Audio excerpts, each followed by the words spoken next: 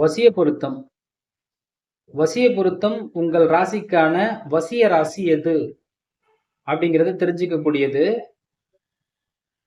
குறிப்பா 10 திருமண பொருத்தங்கள்ல 8வது பொருத்தமாக வரக்கூடியது இந்த வசிய பொருத்தம். இந்த வசிய பொருத்தம் ஒருவருடைய ஜாதகத்தில் சிறப்பாக இருந்தால் அந்த கணவன் மனைவி இருவருக்கும் நல்ல ஒரு ஈர்ப்பு இருக்கும், நல்ல அந்யோன்யம் இருக்கும், ஒருவரை ஒருவர் அனுசரிக்கிறது, ரொம்ப ஆத்மார்த்தமான அன்பு இருக்கிறது அப்படிங்கிறது இந்த ராசிகள் இணையும் பொழுது கிடைக்குது.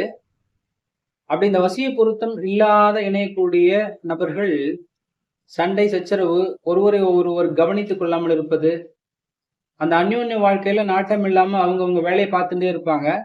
அந்த மாதிரி அமைப்புகள் அப்படிங்கிறது நிறைய இயங்குது. குறிப்பா ஒரு பெண்ணுடைய ராசிக்கு பொருத்தமான ஆண் வசிய ராசிகள் அப்படிங்கிறது இது. இந்த பக்கம் கொடுத்திருக்கிறது எல்லாம் பெண்ணுடைய ராசிகள்.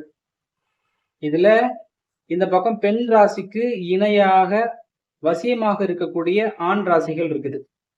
நம்ம எப்பயுமே பெண்ணுடைய ராசியை வச்சுதான் ஆணுடைய ராசியை இணைச்சு பார்க்கணும். அதுதான் உத்தமம்.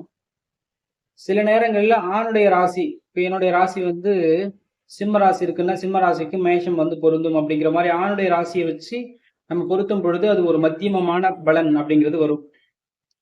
குறிப்பா இதுல பாத்தீங்கன்னா மேஷத்திற்கு பெண்ணுடைய ராசி மேஷ ராசிக்கு சிம்மமும் விருச்சகமும் வசிய ராசிகள், ரிஷபத்திற்கு கடகமும் துலாமும் வசிய ராசிகள், மிதுனத்திற்கு கன்னியும் கடகத்திற்கு விருச்சகமும் தனுஷும் வசிய ராசிகள், சிம்மத்திற்கு துலாமும் மீனமும் வசிய ராசிகள், கன்னிக்கு ரிஷபமும் மீனமும் வசிய ராசிகள், துலாத்திற்கு மகரமும் விருச்சகத்திற்கு கடகமும் கன்னியும் வசிய ராசிகள்,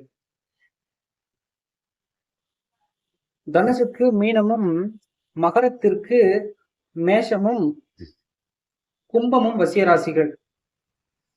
இதுல கும்பத்திற்கு மீனமும் மீனத்திற்கு மகரமும் வசிய ராசிகளாக அமைய பெற்றிருக்கு.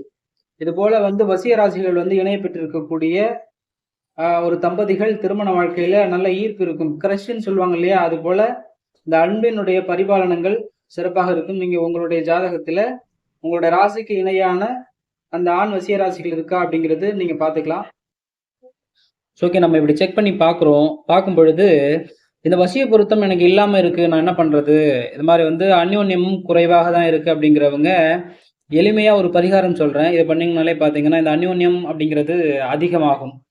என்ன பண்ணணும்னா, ஒரு ஆணுடைய ஜாதகத்துல சுக்கிரன் எந்த ராசியில இருக்கிறாரோ அந்த ராசியினுடைய கிழமையில மகாலட்சுமியை வழிபாடு பண்றது, மகாலட்சுமி ஆத்மார்த்தமாக வணங்குறது நல்ல ஒரு அந்யோன்யத்தை ஏற்படுத்தும். மனைவியோடு ஒரு பெண்ணுடைய ஜாதகத்துல அந்த ராசி கட்டத்துல செவ்வாய் அப்படிங்கிற கிரகம், கணவனை குறிக்கக்கூடிய கிரகம், எந்த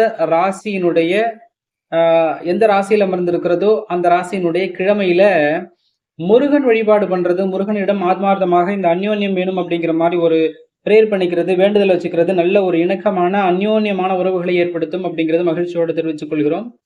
நன்றி. மீண்டும் ஒரு நல்ல பதிவில் சந்திப்போம். இந்த பதிவு பிடிச்சிருந்தா மற்றவங்களுக்கும் இந்த பதிவை ஷேர் பண்ணுங்க. வாழ்க வளமுடன்.